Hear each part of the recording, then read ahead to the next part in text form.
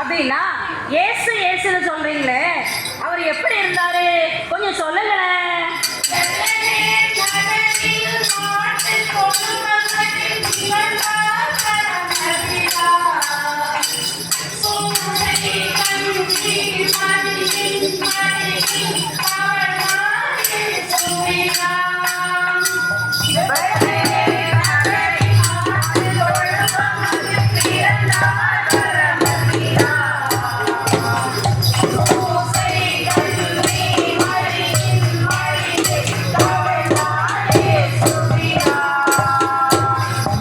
என்ன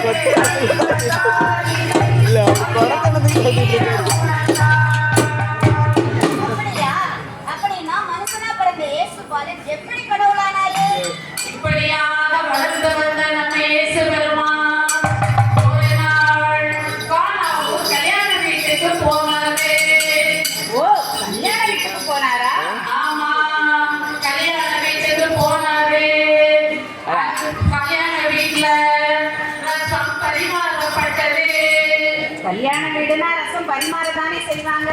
ஆமா, அப்படி பரிமாறி கொண்டிருக்கும் போது திராட்சை ரசம் தீர்ந்து விட்டது. ஐயோ, அப்புறம் என்ன பண்ணாங்க? இயேசுவோட அம்மா தன் மகனிடம் ஓடி போய், மகனே, திராட்சை ரசம் தீர்ந்து விட்டதே, என்ன செய்ய என கேட்டார்கள்.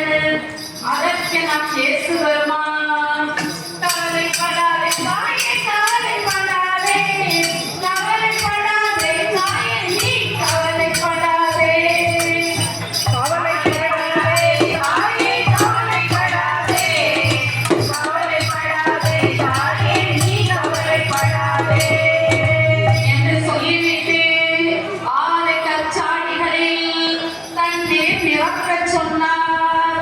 வேலையாட்களும் நிரப்பினார்கள். இப்போது இதை பரிமாறுங்கள் என்று கூறினார் நம் இயேசு பெருமான்.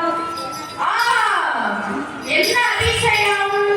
அப்படி என்ன அதிசயம் நடந்துச்சு? தண்ணீர் திராட்சை ரசமாக மாறியது. முந்தைய ரசத்தை காட்டிலும் பிந்தைய ரசம் மிக அருமையாக ருசியாக இருந்தது. அது எப்படிங்க வெறும் தண்ணி திராட்சை ரசமா மாறிச்சு? அதிசயமா இருக்க.